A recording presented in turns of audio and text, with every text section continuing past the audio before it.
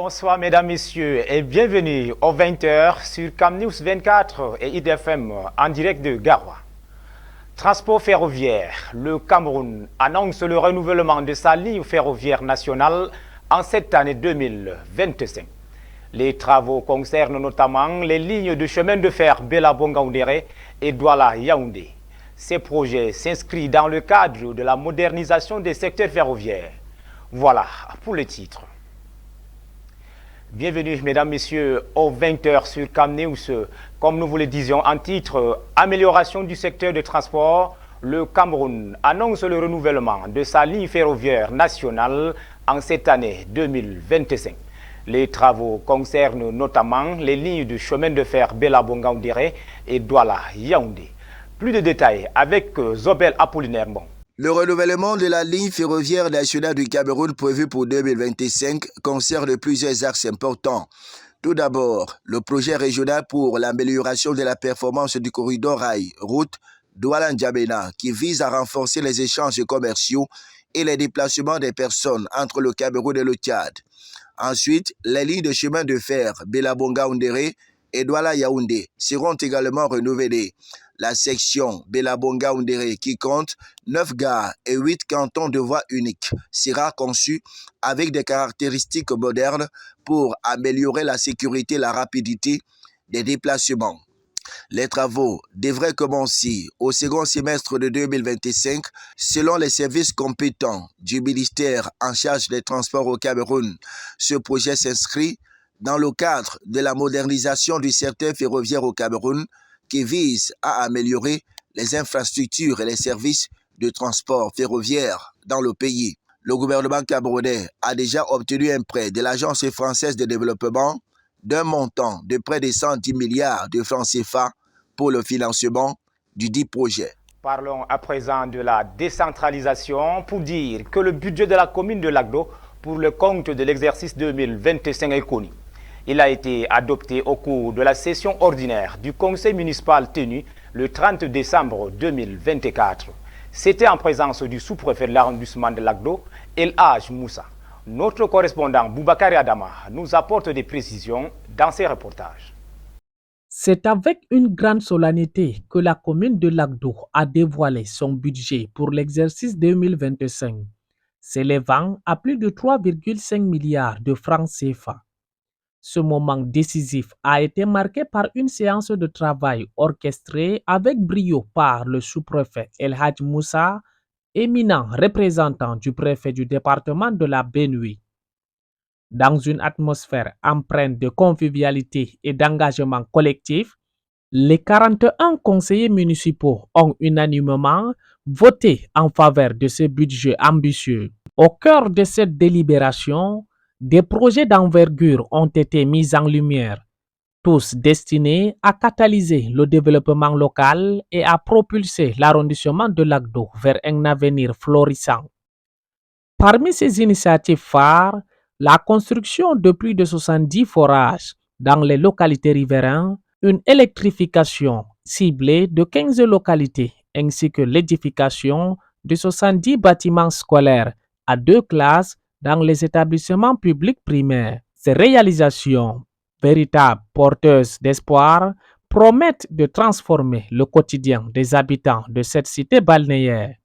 Le maire d'Amatal Aruna Papaïtou a souligné l'importance cruciale de cette session ordinaire, qualifiée d'exceptionnelle pour la commune qu'il dirige avec détermination. À l'aube de la fin du mandat, l'attente légitime des citoyens se fait pressante. Un bilan tangible et positif est désormais souhaité afin d'envisager un renouvellement de confiance dans les instances municipales. Ainsi donc, place à l'action, les conseillers municipaux sont appelés à respecter scrupuleusement les délais établis dans la feuille de route pour l'exercice 2025.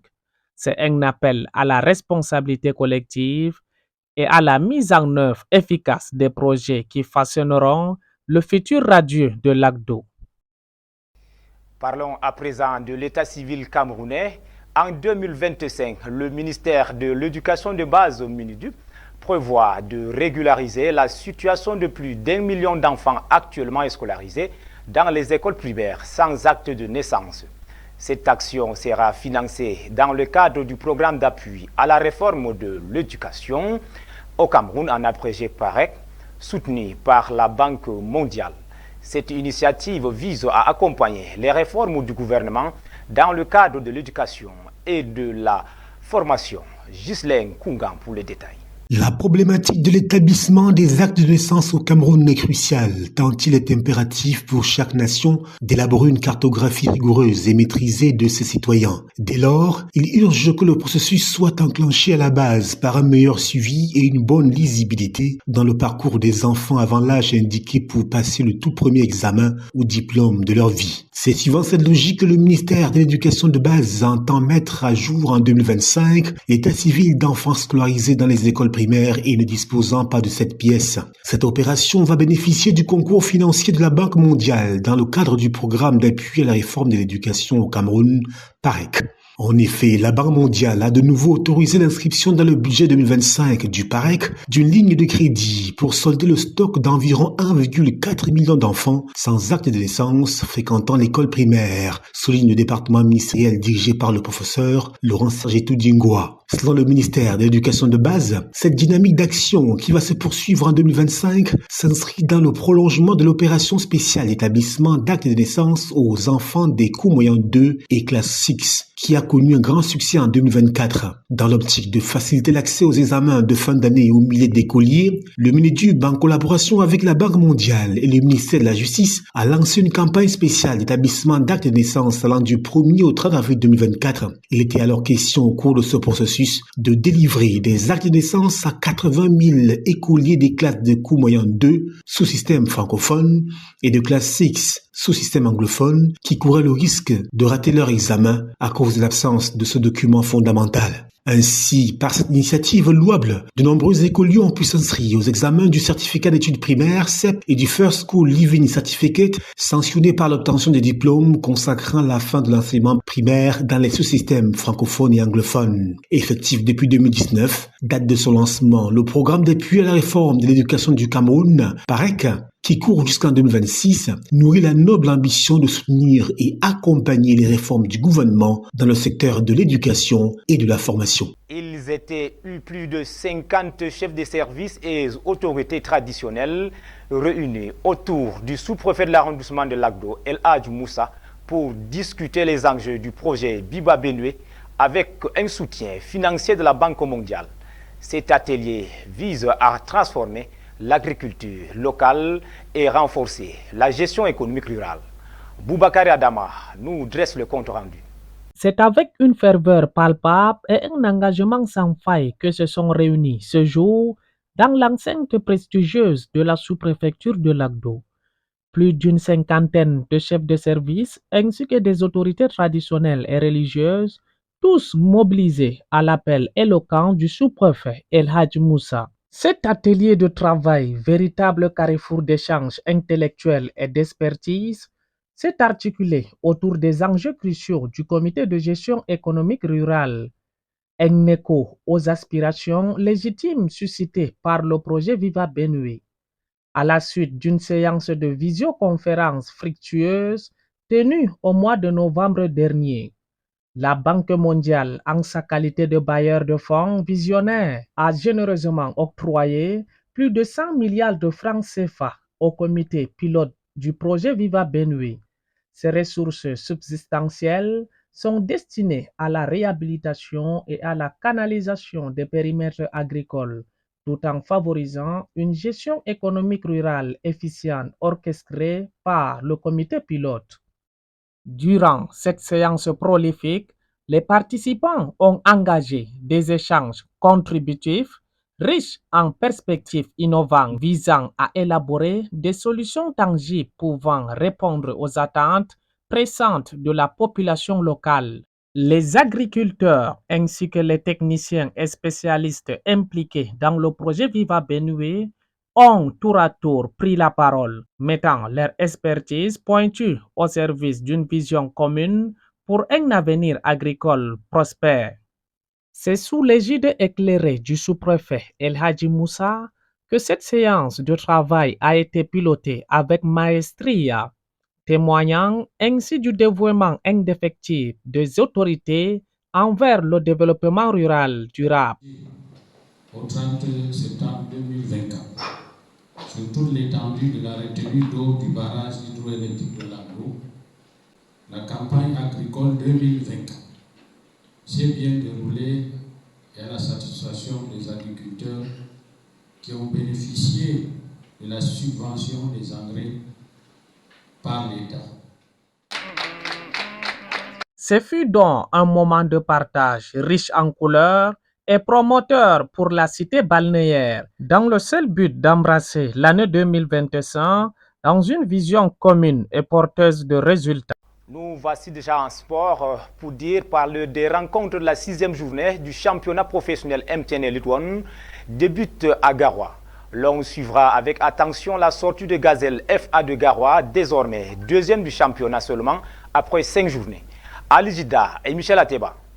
C'est l'une des grosses sensations et surprises de ce début de championnat 2025. La deuxième place qu'occupe Gazelle FA de Garoua après seulement 5 journées est le fruit du travail abattu par les joueurs et les dirigeants de cette modeste formation de la ville de Garoua créée en 2015. Gazelle FA, c'est 10 points, soit 3 victoires engrangées contre PWG de Bamenda, l'Union sportive de Douala battue lourdement à l'extérieur et les Astres de Douala battus à Garoua. C'est donc tout confiant et sans complexe que les poulains du coach Alioum Kada, ex-joueur du club, mais aussi de l'Union sportive de Douala, amorcent le championnat Elite One depuis leur accession en 2021.